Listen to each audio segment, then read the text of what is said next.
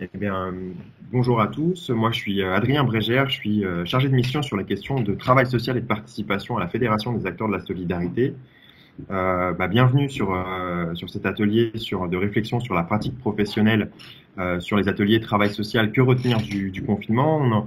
On en a déjà fait plusieurs. Cette séquence, c'est la cinquième un peu du genre. Pour but, vraiment pour nous, de garder une trace en fait de ce qui s'est déroulé en termes de pratique professionnelle en intervention sociale pendant cette période du confinement, qui a été assez particulière pour tout le monde, aussi ce qui s'est passé dans la période plus récente du déconfinement. On les fait dans le cadre d'un partenariat aussi avec l'Association nationale des assistants sociaux, qui ont participé à l'animation aussi des premiers ateliers. Voilà, c'est un partenaire important pour nous sur les sujets notamment d'intervention sociale et de réflexion sur la pratique des intervenants sociaux. Avant qu'on commence et qu'on rentre un peu dans ce sujet sur lequel vous avez eu le déroulé, le thème général cette fois-ci, c'est justement le travail de rue. Finalement, en quoi il a été impacté par la période de confinement, forcément particulière, avec toutes les mesures qui ont été prises, en quoi les professionnels ont été impactés, quelles adaptations ils ont éventuellement pu mettre en place et qu'est-ce que finalement on en retire tous en termes d'intervention professionnelle pour la suite. On avait adapté nos missions par rapport à la situation sanitaire et qu'on était parti plus sur des missions humanitaires et sanitaires que de l'accompagnement global. Même si on a continué l'accompagnement global des suivis, on a rajouté des travailleurs sociaux puisque l'accueil de jour a fermé pour l'accueil inconditionnel.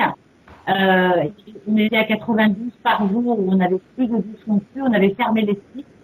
Donc j'ai rajouté des travailleurs sociaux pour son volontariat et du coup j'ai créé plusieurs, il y avait 6 binômes avec des IDE dans la rue. Voilà, donc on a changé les missions, c'est un petit peu. On a rajouté des salariés dans la rue et que les accueils du jour ont été fermés au départ. Et au départ, les enjeux, c'était vraiment d'aller voir si avec des personnes mal en point, avec des symptômes Covid ou quoi que ce soit.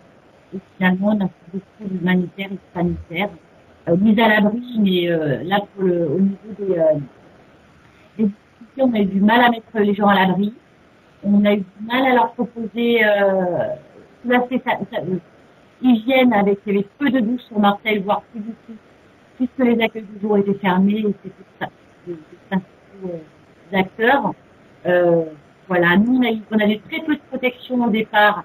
Donc en fait, les gens qu'on plaçait à l'hôtel, on ne pouvait pas, avec le protocole sanitaire, aller les voir dans les hôtels.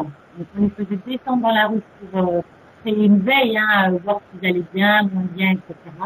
Donc c'est vrai que ça a été compliqué. Au niveau du matériel, le partenariat, on a tissé beaucoup de liens avec le partenariat, effectivement. On a sanitarisé nos équipes. On a eu pas mal de difficultés au niveau des réorganisations. Enfin, ça c'est plutôt ma fonction, mais les réorganisations régulières, tous les écrits qu'il fallait produire au niveau protocole sanitaire, tous les 15 jours avec les annonces faites par le gouvernement, on modifie à chaque fois. Au départ, les accueils étaient fermés, après on les a réouverts partiellement.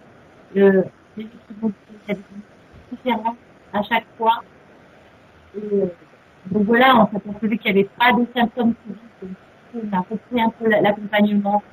On a dû s'adapter énormément. On a eu beaucoup tous les salariés très volontaires pour travailler. Donc on a eu la DG qui travaillait.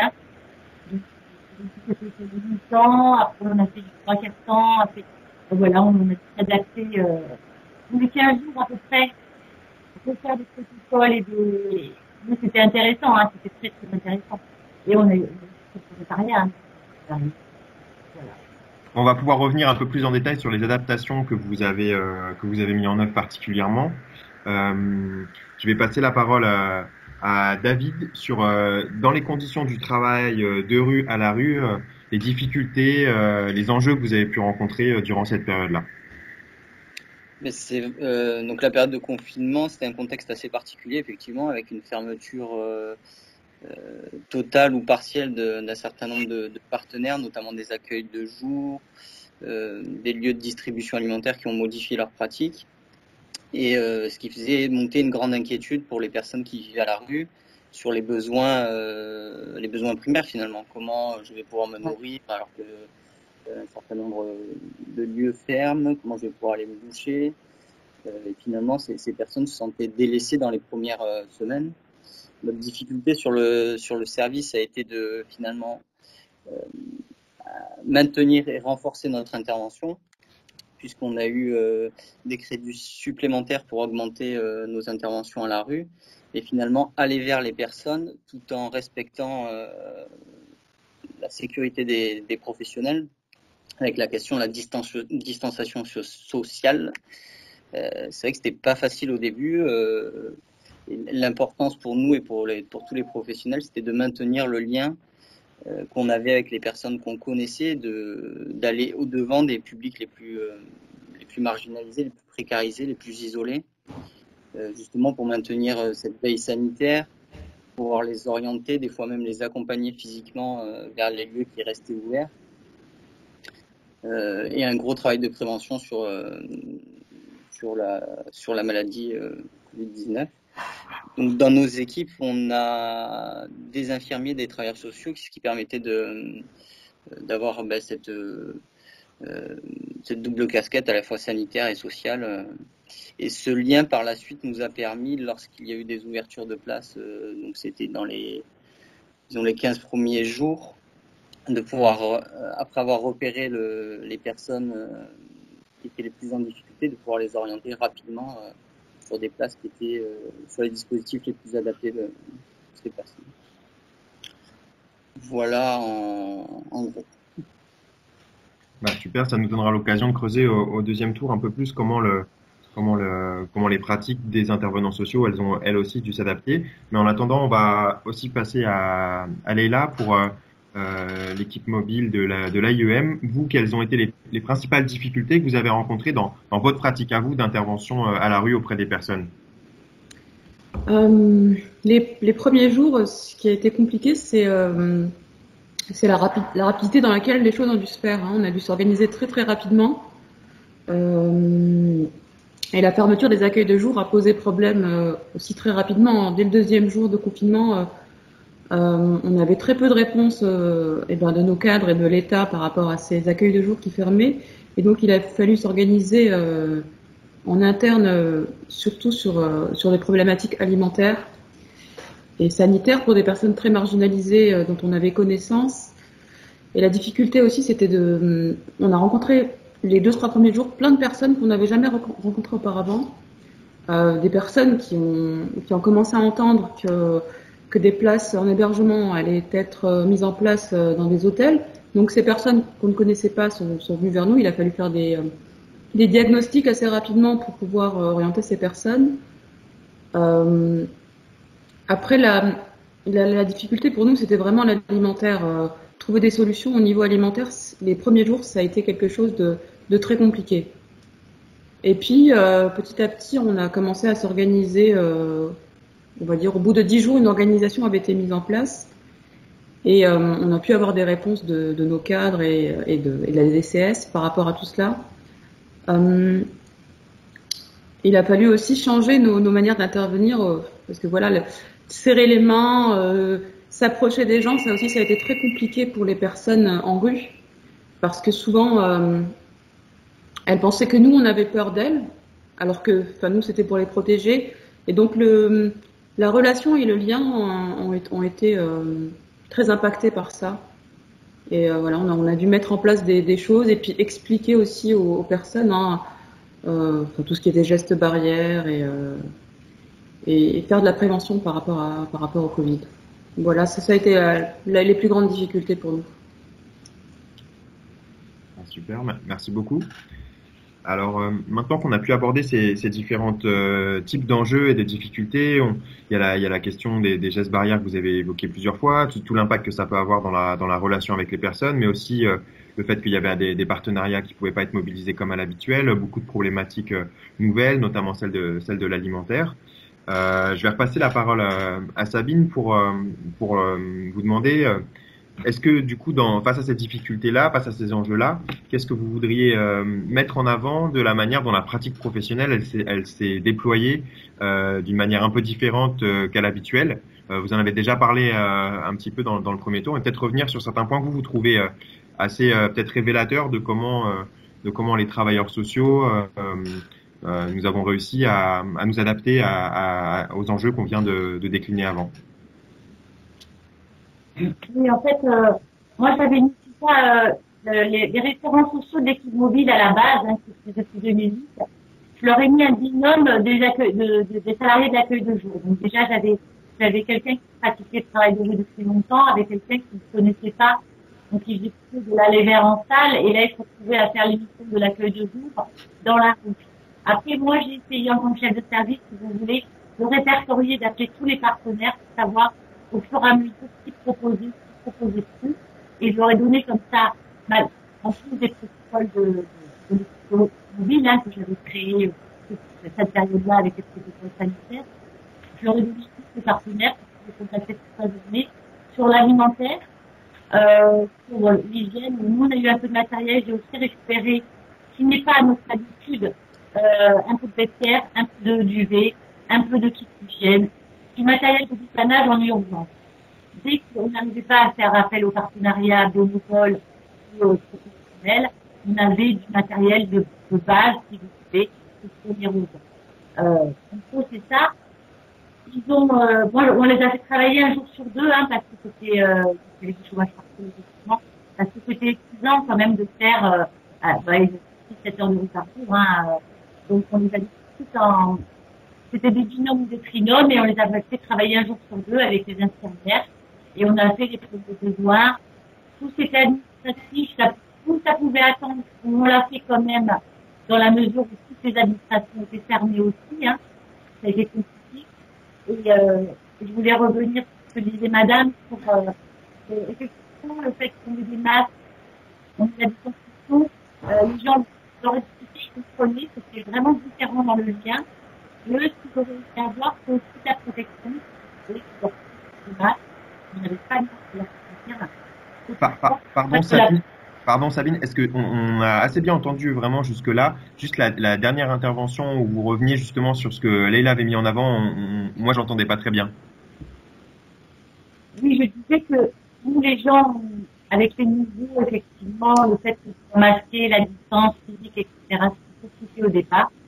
On leur a expliqué, et eux, ce qu'ils auraient aimé, c'était qu'on leur distribue aussi des masques et qu'ils soient comme le reste de la population. Ceux qu'on a pu mettre à l'abri, on l'a fait. Il y en a eu beaucoup qui couraient sur le carreau. Et du coup, ils étaient très contents qu'on passe. On essaie de gérer l'urgence des premiers besoins, si vous voulez. Mais ils auraient dit, effectivement, dès qu'on a pu, on a décidé ça. Dès qu'on a pu. Et à Marseille, il y avait d'autres équipes sanitarisées. Il y avait des maraudes. On était pas mal au niveau du partenariat. On avait beaucoup de partenariats alimentaires. Le gros problème, ça a été les douches. Vraiment. Le fait qu'on nous dise toute la journée de se laver les mains, de mettre du gel, de tout ça, on en a vu. Mais pas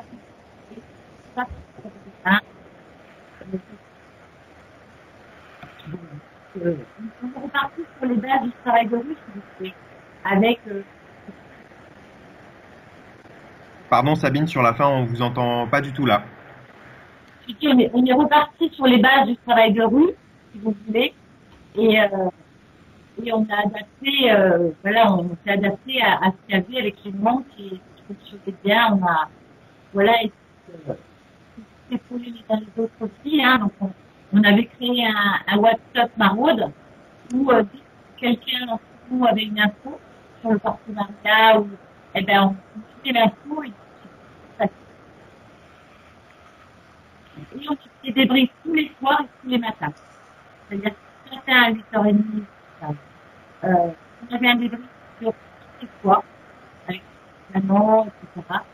Tous les soirs, on à 4, on avait un discussion pour les équipes qui en a. On l'organisait au fur et à mesure du temps. Débrief, avec le temps et les périodes.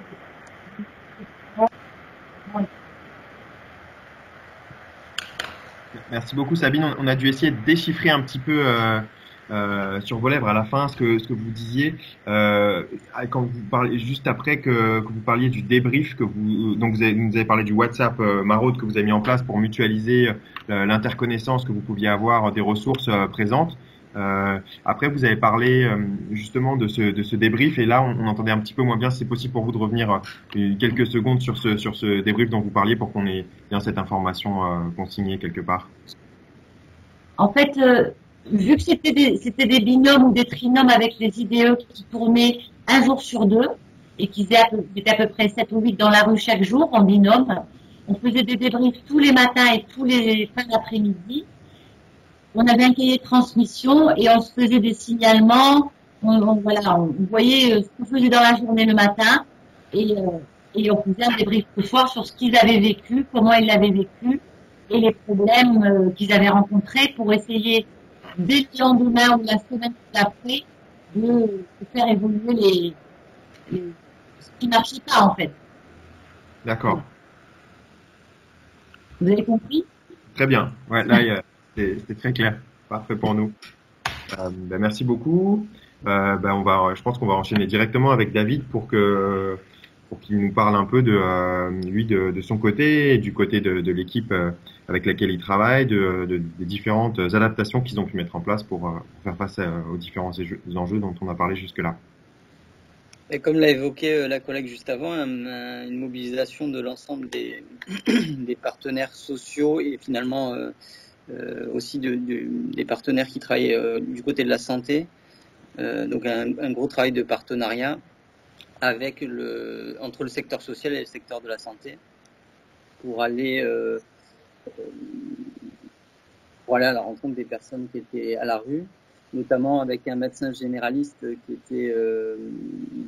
s'est mis à disposition des équipes mobiles pour faire des téléconsultations pour des personnes souffrant de pathologies chroniques et qui ne pouvaient pas aller voir, qui avaient des difficultés d'aller voir un médecin, qui faisait également de l'évaluation des symptômes liés au Covid, savoir si ces symptômes étaient, selon la gravité des symptômes, ou orienter la personne sur les urgences ou sur un centre de confinement. La mise en place de partenariats également avec un CARUT de la ville, donc un centre d'accueil d'accompagnement à la réduction des risques pour usagers de drogue, ce qui est effectivement une des difficultés pendant cette période. Et la question des produits toxiques, la difficulté de s'en fournir, la question des traitements de substitution également, et une tension dans la rue par rapport à ça, mais également de se fournir en matériel stérile d'injection. Donc cette équipe mobile du CARUD est venue soutenir les équipes du SAMU social et est intervenue une fois par semaine à nos côtés. La mise en place également d'un partenariat avec le service d'addictologie de l'hôpital, avec différentes actions, mais une formation qu'on a mis à disposition pour les équipes mobiles sur la naloxone, qui est un antidote aux opiacés, une formation sur les overdoses liées aux opioïdes.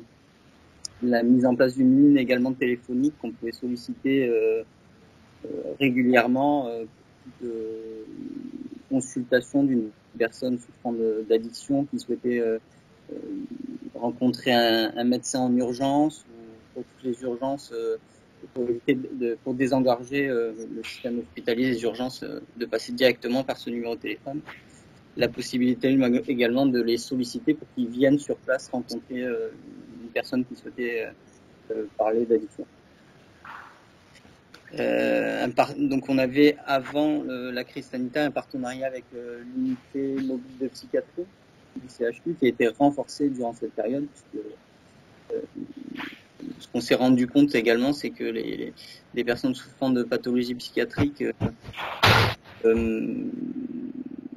avec le confinement avaient des fois des ruptures dans le suivi avec leur médecin psychiatre. Et du coup, on remarquait des signes de décompensation, parfois avec des ruptures de traitement.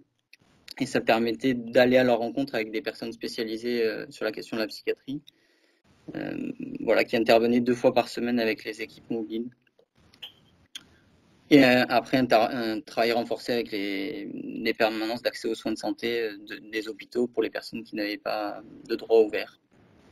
Voilà, c'est vrai qu'il faut souligner, cette crise a permis de mettre en lumière, des fois c'était un peu segmenté, le secteur social et le secteur de la santé, et de permettre un rapprochement de ces deux secteurs et de faire des interventions communes sur différentes problématiques pendant cette période. C'est hyper intéressant. Merci beaucoup, David. Juste revenir sur un petit point pour la précision. L'outil avec lequel vous mettiez en place ces fameuses téléconsultations avec le médecin généraliste, comment ça fonctionnait un peu concrètement à la rue, ce fonctionnement-là? Très simplement, comme vous et moi qui allions consulter un médecin qui avait un rendez-vous, sauf que la personne était complètement à disposition des équipes, et lorsqu'on l'a sollicité, elle faisait une téléconsultation en direct avec la personne qu'on rencontrait. Par téléphone? Par téléphone, c'est ça, par visio. Elle pouvait également prescrire si il fallait prescrire un traitement, et puis s'il y avait urgence, orienter la personne vers les services compétents. Et c'était d'un appui et d'un soutien important à ce moment-là. C'est quelque chose qui n'existait pas avant la crise, ça? Non. Non, pas du tout. D'autres partenariats existaient, mais là, ça permettait une réactivité sur les demandes des personnes et face à l'inquiétude des personnes et des pathologies qu'elles avaient à ce moment-là, puisque finalement, il y avait effectivement le Covid-19, mais toutes les autres pathologies finalement que les personnes ont de manière chronique, elles continuent, et la difficulté était effectivement de pouvoir consulter à ce moment-là aussi pour toutes les autres pathologies. Merci beaucoup, David, pour cette dernière prise de parole du second tour de parole. On va vous passer la parole, Leïla, pour aussi nous dire finalement quelles adaptations particulières vous avez pu mettre en œuvre, vous et vos collègues, votre équipe, sur ces différents enjeux-là aussi. Alors le principal changement, c'est nos interventions dans les hôtels. C'est quelque chose qu'on ne faisait pas auparavant. Donc là, on a retrouvé la majorité de notre public a été confiné en hôtel. Donc nos matinées étaient consacrées à des interventions en hôtel. Alors pour garder le lien au départ. Et puis très vite, il y a eu la problématique alimentaire. Hein, même si les gens ont des ressources à l'hôtel, c'est très compliqué de cuisiner. Donc il y a eu des mouvements citoyens autour de cette demande alimentaire, et on a pu récupérer pas mal d'alimentaires qu'on distribuait tous les matins dans 2 hôtels où on avait le suivi d'à peu près une centaine de personnes. Et puis par la suite, c'était la distribution des chèques services. Donc ça, c'était quelque chose qu'on fait pas habituellement. On distribue pas de chèques, on distribue pas d'alimentaire. Donc ça a demandé de l'organisation pour les chèques services. Voilà, mettre en place des tableaux Excel. Ça, c'est pas du tout dans nos pratiques. Le lien avec l'aide alimentaire, c'est pas quelque chose qu'on faisait auparavant, donc on a dû apprendre à faire ça et avoir des demandes par rapport à tout ce qui était alimentaire. Nos après-midi étaient plutôt consacrés à des maraudes. Habituellement, c'est des maraudes pédestres.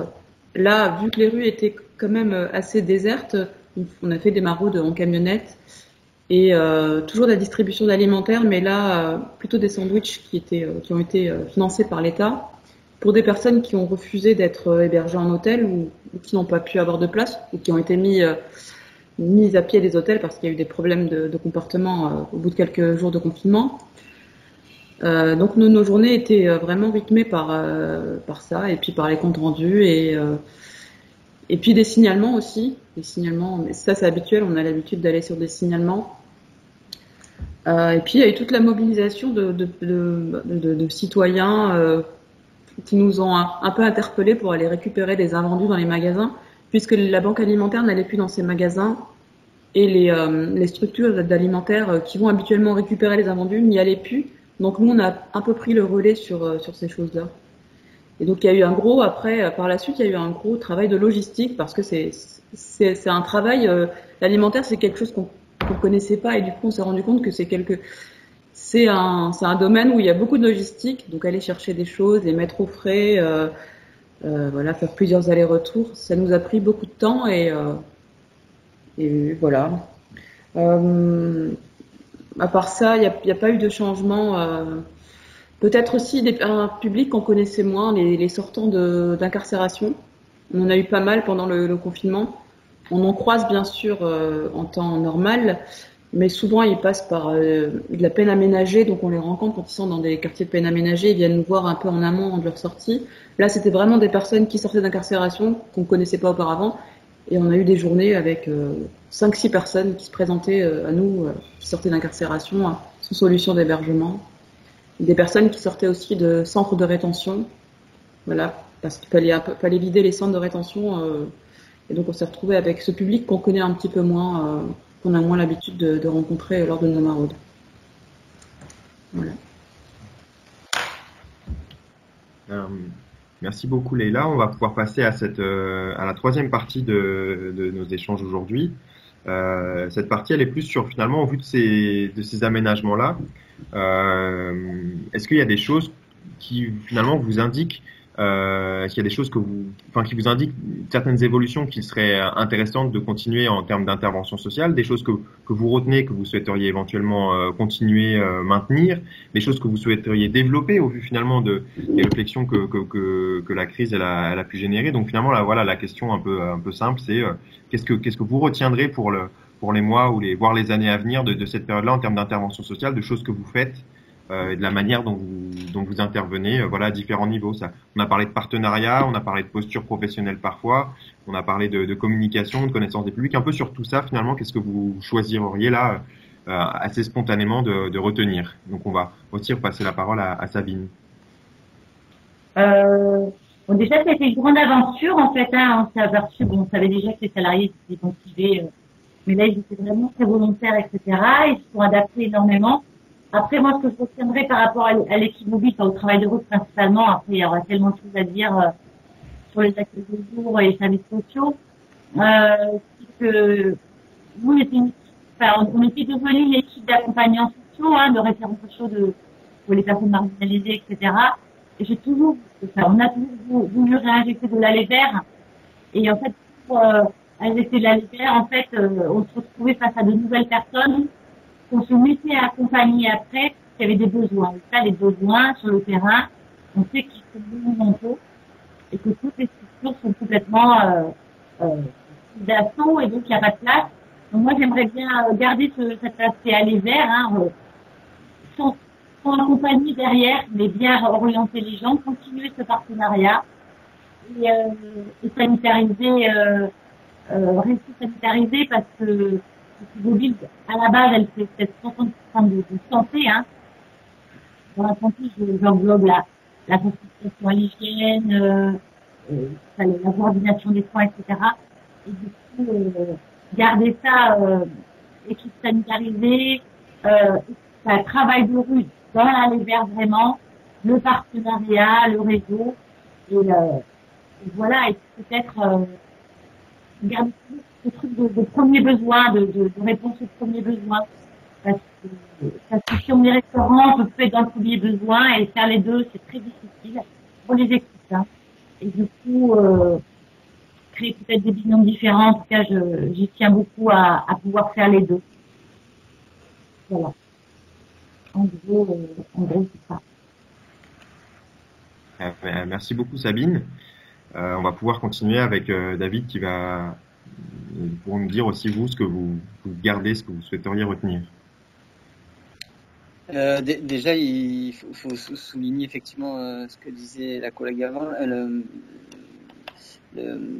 l'engagement, la réactivité des professionnels de terrain sur l'ensemble du territoire national ont su s'adapter, adapter leurs pratiques, leurs interventions, leurs missions pour continuer à travailler, d'être au plus près des personnes qui étaient à la rue finalement. Assez inquiète de cette période et de ces conditions de vie. Moi, ce que je retiendrai, c'est effectivement la réaction de l'ensemble des partenaires et les partenariats qui se sont créés pendant cette période, et notamment les partenariats que j'expliquais tout à l'heure entre le secteur de la santé et le secteur social, qui me paraît très important de garder et de maintenir, de renforcer et d'en créer de nouveaux pour accompagner le public qu'on rencontre chaque jour. Merci beaucoup, David. On va pouvoir continuer sur ce dernier tour avec Leïla aussi sur ce que vous gardez de cette période-là et ce que vous souhaiteriez en développer ou en maintenir à la suite. Ouais. Alors, nous, on n'a pas bénéficié concrètement du télétravail, enfin, directement, mais on a pu bénéficier du télétravail de nos partenaires et de nos collègues, et j'ai trouvé ça vraiment très bénéfique pour notre travail au quotidien. Par exemple, on a pu faire des audios sur l'alimentaire ou des réunions Teams comme aujourd'hui, avec des partenaires qu'on avait du mal à mobiliser auparavant, et c'était très très compliqué de mettre des réunions en place. Et là, voilà, moi j'ai découvert, j'avais déjà fait quelques audios auparavant, mais c'était quelque chose qui se faisait très rarement. Et développer ce genre de réunion, enfin, moi je trouve que c'est quelque chose qui pourrait changer nos pratiques et qui pourrait faciliter pas mal de choses, voilà, dans notre quotidien. Voilà. Nous, on n'a pas fait de télétravail, mais le fait que d'autres partenaires ont pu en faire, ça nous a été bénéfique. Il y avait ça, et puis par rapport à tout ce qui est santé aussi, alors nous en temps normal, hors confinement, on a pas mal de partenaires, des CARUD avec lesquels on fait des maraudes, Médecins du Monde avec lesquels on tient une permanence une fois par semaine. Là, Médecins du Monde sont venus avec nous dans les hôtels et l'approche était complètement différente. Voilà, enfin je trouve que il y avait quelque chose de différent parce que sur les permanences, c'était à peu près toujours les mêmes personnes qui venaient. Là, le fait qu'ils aillent vers les gens, le travail a été perçu d'une manière différente par les usagers. Donc peut-être développer ça, une présence de Médecins du Monde sur des maraudes, voilà, ou d'un autre médecin. Nous, on a pu vraiment constater que le rapport au médecin était complètement différent quand le médecin allait vers les gens, lorsqu'il y avait une permanence et que les gens devaient se déplacer. Voilà, c'était les deux choses que je garderai. Super, écoutez, c'était vraiment intéressant pour nous de garder justement cette trace-là sur le travail de rue. C'est assez particulier parce que justement vous faites vraiment partie des professionnels qui ont dû de fait maintenir leur activité directement auprès du public dans un contact direct, alors que beaucoup d'autres professionnels ont dû travailler avec plus de distance, voire en télétravail, etc. Donc c'était intéressant aussi vraiment pour nous d'avoir aussi votre témoignage sur comment ça avait pu être vécu et puis qu'on puisse en garder aussi collectivement une trace au niveau de la fédération. Ce travail justement de modélisation sur les pratiques professionnelles d'intervention, les maraudes notamment, c'est un sujet qui est important pour la fédération. Il y a le référentiel des pratiques maraudes qui est sorti il y a maintenant quelques temps, mais qui est toujours important et qui est toujours un levier pour nous un peu de réflexion et de mise en place d'échanges, en tout cas au sein des structures sur les pratiques professionnelles d'intervention. Donc voilà, c'est des sujets qu'on est susceptible de continuer à développer par la suite. Donc voilà, on fera peut-être d'autres séquences un peu de ce type-là sur d'autres sujets, mais en tout cas, merci beaucoup à vous d'être venu contribuer à nos échanges au sein de la fédération. Je ne sais pas si vous voulez rajouter quelque chose, mais en tout cas, nous de notre côté, moi de mon côté, j'ai trouvé ça vraiment enrichissant. Merci encore à vous. On va rendre le studio et Au revoir. Au revoir. Au revoir. Au revoir.